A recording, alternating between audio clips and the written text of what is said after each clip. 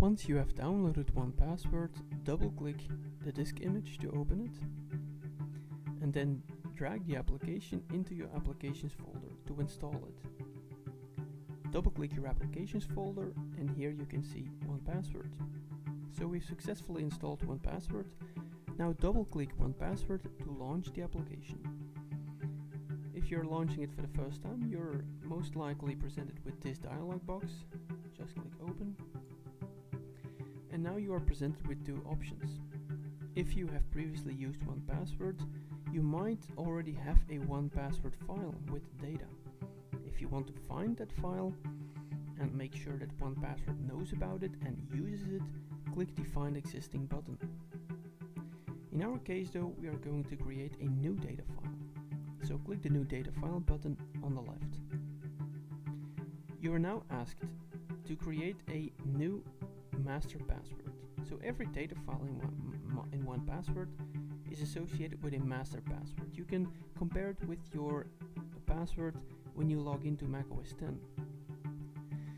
This master password, in other words, unlocks your data file for 1Password.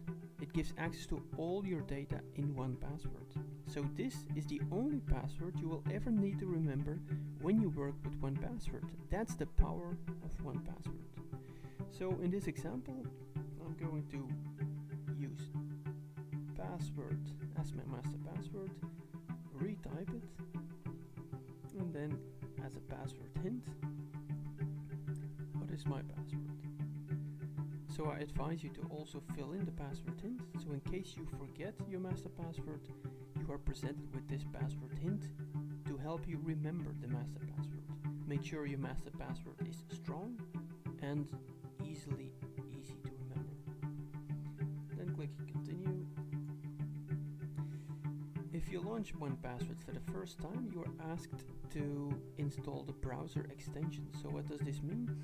1Password is going to install a little application or extension in your browser so that it's fully integrated in your browser. And you will see in a later video how useful this is. So I really advise you to install these browser extensions because this is where the real power of 1Password lies.